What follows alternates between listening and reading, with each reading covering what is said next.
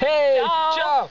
Mēs esam Stas un Gita, veloceļotāji un piedzīvojumu meklētāji. Šajā rudenī mēs paveicām vēl vienu veloceļojumu, nobraucot no Itālijas līdz Spānijai gandrīz 2000 kilometrus.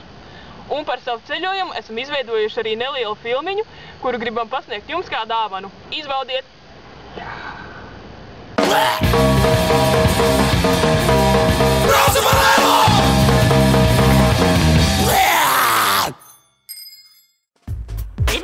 Novembrī mēs izlidojām no Rīgas lidostas un jau pēc 3 stundām izkāpām Itālijas pilsētā Bergamo, kur saule joprojām patīkami sildīja, neskatoties uz to, ka ārā jau rudens.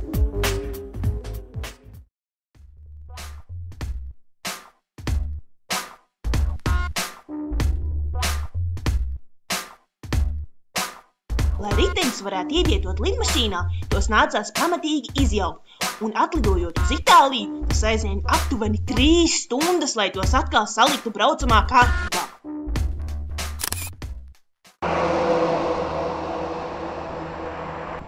Es esmu Google velosipēds.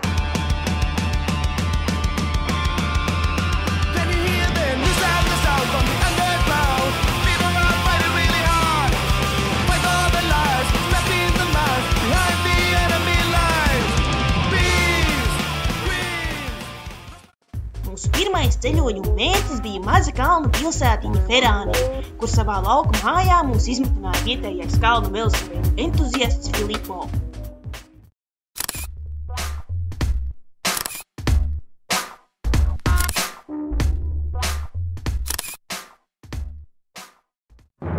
Mūs par pārsteigumu bijām ieradušies ciemos tieši Filippo tēva dzimšanas dienā un negaidīti tikām uzaicināti uz grandiozu balli greznā mājā, kur tikām cienāti ar īstiem itāļu ēdieniem un vietējiem vīniem.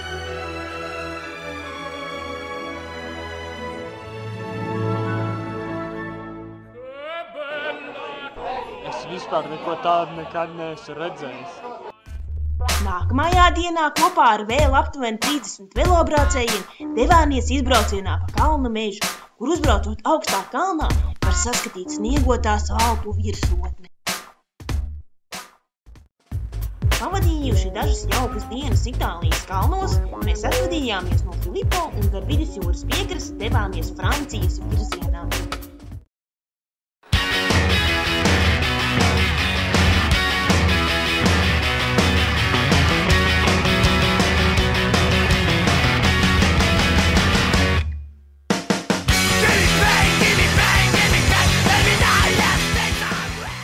Divas valstis atdala Alpi, bet par izbrīnu šķērsot lielās kalnu pārējas mums nenācās, jo šajā vietā ceļš stiepās caur daudziem gariem tuneļiem, kuri caur kalnu iekšienu mūs aizved uz Franciju.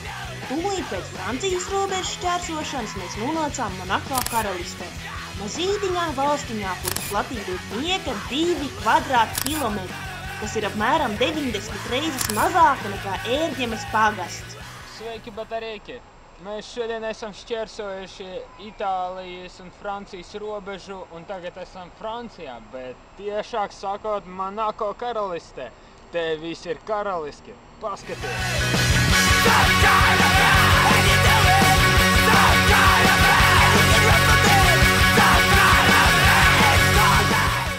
Iedīsim karalisko puskilo ar šokolādi.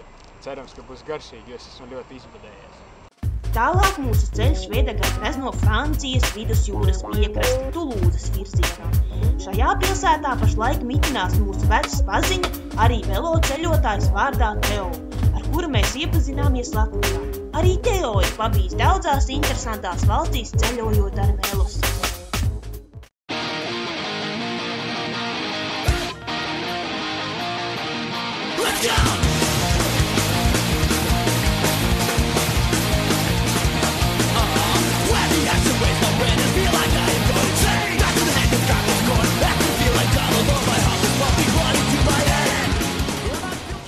Šito vajag iefilmēt.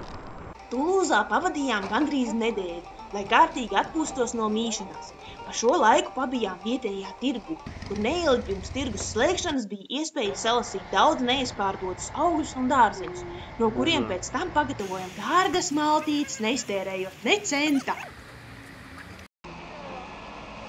Turpat sastapām arī ielu muzikantus.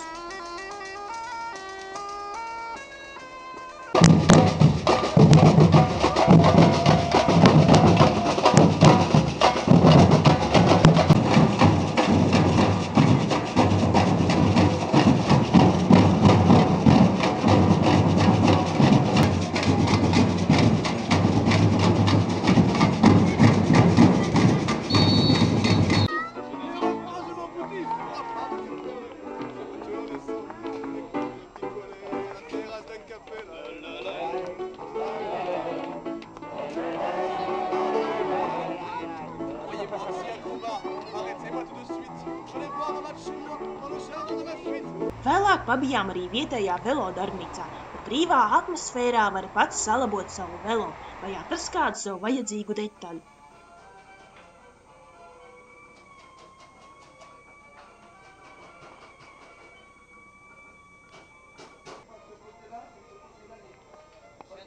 Pēc tam devāmies uz frīšopu, vietu, kur cilvēki ir vienu vietu sanesuši drēbes, kuras citi var ņemt par vēlmi.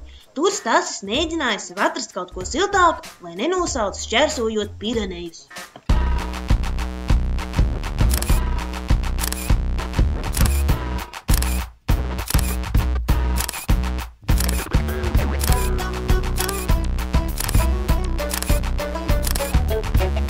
Atvadījušies no Teo, devāmies iegūt Pireneju.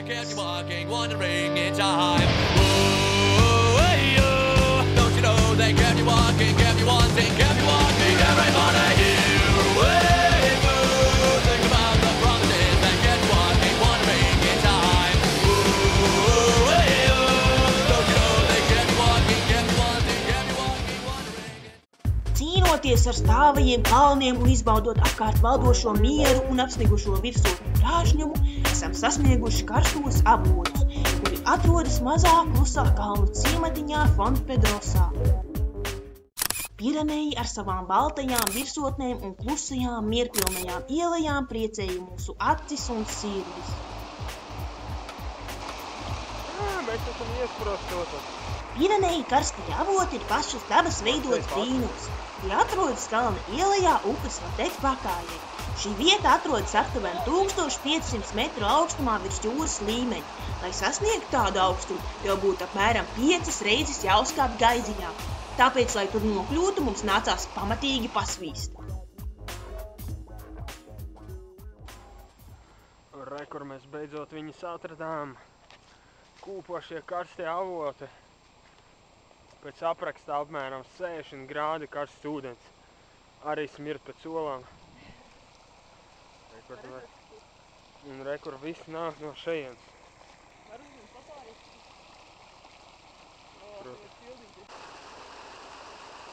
Viņš nāk šeit un ieteikts tādā vanniņā un nākamajā vanniņā un nākamajā.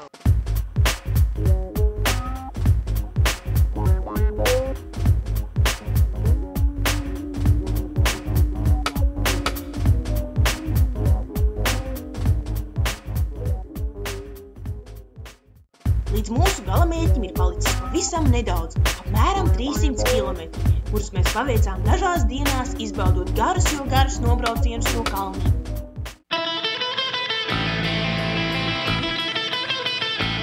Šis ceļojums mums kopumā aizņēma 28 dienas, no kurām 22 mēs pavadījām ceļā, katru dienu uz riteni pavadot aptuveni 4 stundas, kopumā pieveicot 1815 km garu ceļu, ar vidējo ātrumu 20 km/h un rekordātrumu 68 km/h. Cerams, ka jums patika skatīties šo filmiņu tāpat, kā mums to veidot. Ceram arī, ka uzzinājāt kaut ko jaunu un interesantu no tikko redzētā. Un iespējams pat iedrošinājām kādu nebaidīties darīt lielas lietas. Jo kā mēs ceļojot paši esam sapratuši, nekas nav neiespējams. Pats galvenais ir gribēt un ticēt tam, ko tu dari. Tad arī viss izdosies. Ne tikai ceļojot ar velo, bet jebkurā citā dzīves situācijā. Pat ja kādreiz liekas, ka nauda ir šķērslis, nevajag nokārt deguni. Jo ir taču tik daudz lietas, kuras mēs varam darīt paši ar savām rokām. Pielietojot vien nedaudz iztēles. Tādu arī gribam novēlēt jums visiem.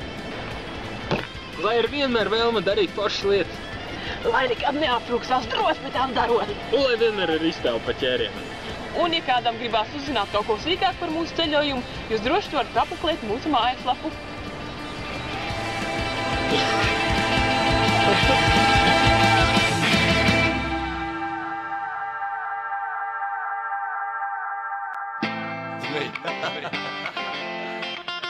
Oh, man.